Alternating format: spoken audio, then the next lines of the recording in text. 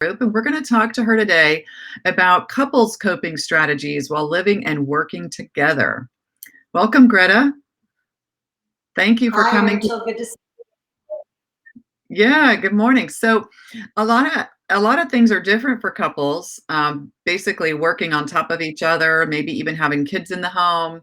So, I thought it would be good to talk a little bit about some challenges that maybe you've seen and some strategies that have been helpful. So let's get you. started. Our first question is just how can couples use shelter in place as a time to reconnect? Yeah, so we find that we have a lot more time on our hands right now. This is a great opportunity as not only couples, but as families to rebuild our connection. So, Hmm. one of the things that we can do as couples is maybe pull out all those like wedding photos or vacation photos and talk about the way that we, you know, had fun and travel plans that we had and kind of revisiting how we fell in love and what Mm, brought us together. And that's a really great way to start too. Also, there's lots of like things like games that are out there. Gottman has a wonderful, it's called the Gottman card deck. oh, Gottman was a researcher, couples researcher, and he has an amazing card deck. yeah. We'll put the Create a link. We'll put the create a link date night. in the chat for everybody too. Okay, great. That would be awesome. And so that's one way, just, create a date night at home. Say, invite your wife or husband, hey, let's have a picnic in the backyard. Yeah, Create that. There's lots of really creative, fun things that you can do. And you could use that card deck to ask questions, get to know each other a little bit better, and just rebuild what you had that was, a great foundation in the beginning. yeah. Those are some great ideas. I actually felt really happy even just thinking about going back and looking at wedding photos and things like that. I'll share. Last night, my husband made a delicious dinner outside. The weather it's great here in Houston, and he put on like an old playlist from back in the day, right? Those songs always just bring back positive memories, and so we just spontaneously got up and started dancing, and that was really fun, just out in our backyard. That sounds so fun. And yes, Yeah, that's something else can do. And there is something about music yeah, that really brings us, this connectivity and positivity yeah. It brings up all those good feelings. Yeah, to him, right? yeah, For pulling that together. I love it. yeah. It was fun. All right. So, well, what about couples that are trying to both work? They were both working and they have children at home with school, maybe even children that need a little bit more attention, younger children perhaps. And possibly there's arguing or, the division of responsibilities, those types of things might be coming up. What suggestions do you have for that? So sure, I'm hearing this actually quite a bit with my Mm, couples where emotions can be really high around trying mhm, to navigate how do we provide and meet expectations with our work environment and our home environment. And mhm. so I think one of the things we do is to check in with each other on a regular basis, right? Like husband or wife, this is what I have going on. This is high priority at work today. Our communication right now needs to be at the best level that we possibly can be. So that means checking in often, frequently with each other. This is what I have. These are needs of the children. This is a work need that I Mm. have to, show up for. So one, communication really important. And I'm sure for many of my couples, they've heard, hey, this isn't the time to focus on the amount of screen time that your kids are having. This Oh may be a yeah. time in our when you alter your rules and regulations around screen time. So maybe if you both have a conflict in needing to be in a Zoom meeting, some type of high expectation at work, you can throw in that screen time or a new activity for the kids, or if you have older kids at home, maybe this is the time that they can watch the younger ones. But also, I think what can come up, Rachel, is that we can have these strong feelings Mhm. that our partner thinks their work is more important. Yeah. They're based on either an action or maybe you just have that feeling. And so, one of the things I really encourage my couples to do is to check in with themselves first. Mhm. Um, I this feeling that my partner thinks his work or her work is more important than mine. Has my partner actually said that? Or is it Mhm. just a feeling that I'm having? And in that feeling, can I check in with myself and say, my feelings are valid. However, maybe this isn't a fact. What a Maybe great tip. maybe my partner isn't actually thinking that his work or her work is more important. So if I check in with myself and I go, okay, my partner hasn't actually articulated Mhm. this, then I can say, okay, do I think this is a fact? Mhm. And then I go to my partner and say, hey, this is how I'm feeling. And again, that communication, really important right now. Right. And then have a dialogue and, get to the root of what is creating this feeling for me. It's a particular action. How can we create a different dialogue around this? How can we create, again, opportunity for better communication and better scheduling?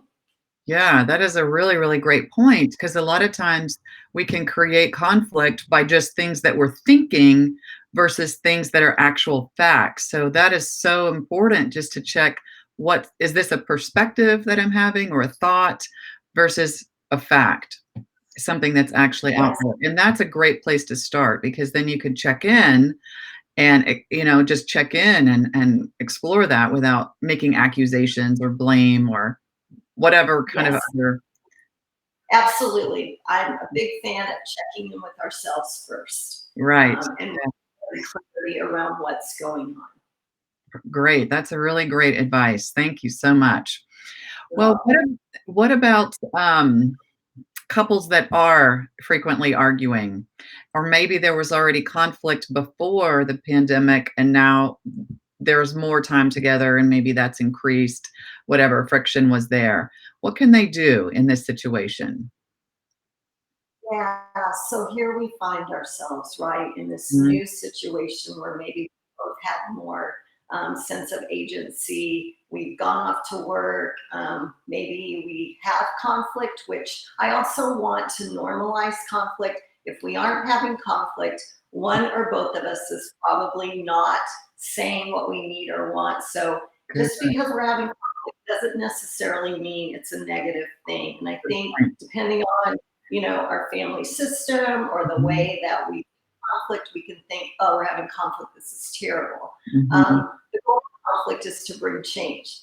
And mhm, so if you're having conflict and it does start to escalate, which is what I'm hearing in your mhm, question, mhm, what can you do about that? And mhm, one of the greatest gifts that I believe that we can give ourselves as couples with our partners is to be able to hit pause.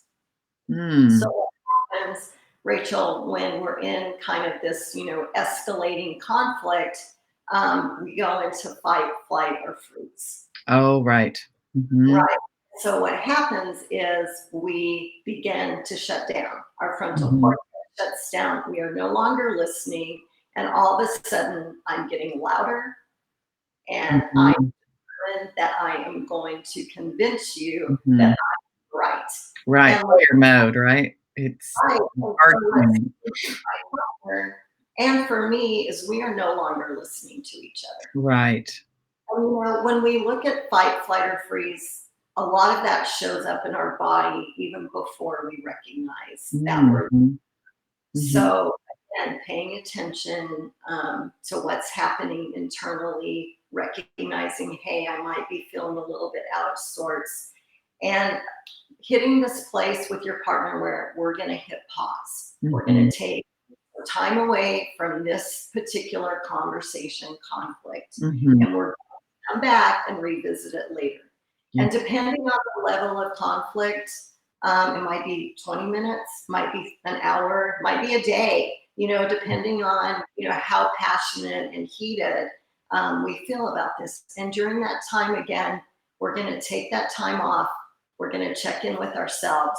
We're going to allow maybe our frontal cortex to begin to, open back up and to find a way to get grounded using grounding techniques, which we have a lot of wonderful grounding techniques on Mhm. our website. Mhm. So grounding techniques, checking in with ourselves, and then agreeing with our partner, we're going to come back at this time and we're going to talk. And during that pause time, I have the ability to get myself grounded and checking in with myself and saying, okay, what's my role in this Right. conflict? Mhm. And how might my partner be feeling? Mm. And Mhm. give opportunity to, look within, but then also to consider, hey, what might my partner be feeling in this, or what might be happening for him or her? And Mhm. I think it's just a wonderful way for us to prevent ourselves from, name calling, labeling, just that high escalated arguing that really achieves nothing. Right, exactly, exactly. It just kind of makes things worse, right? Yes, it does, because Mhm. all we've said things that we Mhm. don't say, that we Mhm. really don't mean. But when we're in that fight, flight, or freeze mode, that's what we go to. We want to be heard. So let me clarify that because that is such a great point. So when we're in that fight, flight, freeze mode, so I guess it's the short of it is it's when we feel attacked, our brains just kind of shift into this more primitive Yes, functioning, right? So not with our fancy, regulated thoughts that are cool, calm, and collected. yes, So when we shift into that primitive, I'm feeling threatened. It sounds like what you're saying is in a way, that logical part of our brain goes offline. Is that right? yes, absolutely. It does. And emotional mind takes control. Yeah, it's And reactivity. yeah, and we do not want emotional mind driving our actions, our thoughts, Right, driving the train. right, because that's where it's, maybe coming out with the name calling or the things that you regret later because it's more from a reactive place versus a I'm listening, I'm present, I'm having this conversation with you. So it Yeah, sounds like what you're saying is the pause is a way of sort of regulating the body to bring the brain back online so that we can have a productive conversation, right? absolutely. And we always want to revisit that conversation. Okay. We don't want those conflicts to build up. So we Mhm. want to set aside the time Mhm. after the pause and had time to reflect and gather ourselves. We want to come back and talk about them. Otherwise, what we see with couples is that those conflicts build up, and then every conflict Mhm. thereafter has this, domino effect. That what's showing up is a lot of the past and not the present. That's a good point. So, just to kind of summarize, you said several important things, I think. First of all, you said something in the beginning that conflict is a path towards change, right? So, not all conflict is bad. We want to have it's healthy conflict, right? It is a path. I think you said a path towards change, right? Yes. That was really good insight. So, it's not something that we need to be fearful of or avoid. However, when we get escalated and you can kind of get the symptoms or the signs in your body that you're that thinking part of our brain, right, is sort of going offline and more of that emotional reactivity part is dominating. So maybe what are some of those signs? So that's when that's when we need to do the pause, right? So what are some of those signs? So you might feel a tightness in your chest, or Uh-huh. you might actually like a slight headache. You can feel a ringing in your ears. You can feel like a warm sensation running through your body. You could feel really cold. You can feel yourself like tightening up. Mm, So a lot of this is just learning about your own body too, and how you respond mhm, um, to escalation, or to many things. I mean, I'm a firm believer also in mindfulness. We can get on a whole nother track about that, but Right. becoming mindful will also help you to understand when your body is functioning in various ways, from joy to pain to anger. Yeah. So sometimes I think I've heard it more of we get hijacked, right, by that fight, fight, or flee, the and everybody's symptoms when you get hijacked is a little bit different. So it's important just to sort of recognize those ahead of time so you can know that you're triggered and most likely probably not going to be the best listener in a conversation. So it's time to take a pause. And how do you Yes. know that it's time to come back together? How would you could I I mean, one of the things that I encourage my couples, one of you might be more passionate about the topic than the other, right? you And you might be more escalated than your partner. It Mhm, might have more meaning to you for whatever reason. mhm. And so to agree, okay, I need 2 hours, Okay. um, right? And so we're going to go with the person who's more escalated, the amount of time they might need. Oh, that makes Um, sense. Mhm, And so if I need 2 hours and you only need 30 minutes, then we're going to go with the 2 hours. Or, mhm. sometimes I said earlier, it might take a day, Yeah, like for you to be able to look introspectively at what's going on and be able to come back together. So just agreeing, hey, I'm having a harder time with this. It's going mhm. to take longer, and respecting that about your partner. And again, knowing that you are going to come back together. I think that's the important point too, because sometimes, whoever it might be important to might wanna say, like, "No, I wanna discuss it now." I know I've heard that before, as well. So, it's important to know we are gonna come back to it. So I think you Yeah. made that 3rd point that you do want to revisit that conflict when you're both more grounded and can have that conversation so it's not building up and escalating over time, right? Absolutely. Very important that we come back and talk about these conflicts Mhm. and find a solution, right? Right, find a resolution, right. So I think that's just so important to know we are gonna come back, even if it's a day or even if it's, hours from now, but we will come back and revisit it when we both can listen to each other. Yes, for Yeah. sure. Yeah, that's really, really great tips. Thank you so much, Greta. Yeah, so, Yeah. can you talk a little bit more about, couples who might be struggling right now? What kind of options are available? So right now, I think with the virtual platform, some couples might be like, "Oh, I don't know if this is time for us. I don't want to see anyone virtually. I'd rather see someone in person." But what I've seen and what I'm experiencing and what we offer right now with virtual gives couples a vast array of opportunities, because we can meet in the morning before your workday starts. We can meet at your lunch hour. We can meet when the kids are doing their schoolwork, when they might be napping. We have opportunity to meet after the kids have gone to bed. There's just a lot of opportunity. And also offering free consults, 15-minute consults, so you can kind of get a feel for what couples therapy might be like. Yeah. And we can also, set aside a variety of time frames. I mean, maybe you only have 30 minutes in your day. We can do a 30-minute session.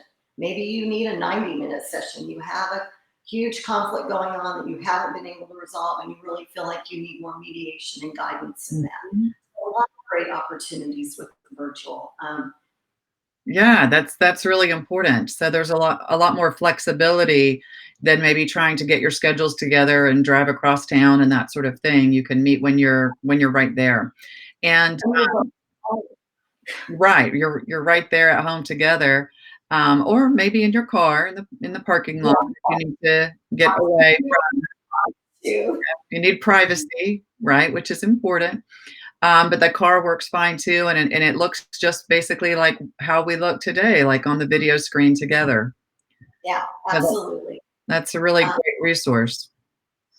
yes, it is. And it sounds like, you know, it doesn't necessarily have to be long-term couples therapy, in-depth things. It could just you're really giving us some great strategies to get today.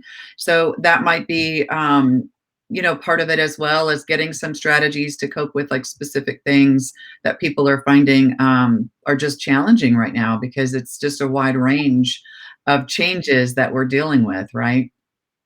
And maybe, this just being kind of isolated at home Mhm. together has a lot of things that you didn't even realize existed. Mhm. The main thing I would say, Rachel, is to not be afraid to ask for help. Yeah, thank you so much, Greta. And, letting people try it out and having a free consultation just to see how it goes, I think that's really helpful too, because it can be a little confusing as to what to expect. So thank you so much. Well, Yeah. this was really informative today. I really appreciate your time. It was really helpful. Yeah, so just to reiterate, if you want to reach out and have a consultation with Greta, it's 832-559-2622, or you can find us online at eddinscounseling.com. Thank you so much, Greta. Rachel. It's nice to see you Yeah, you too. Have a great day. too. Bye. Bye.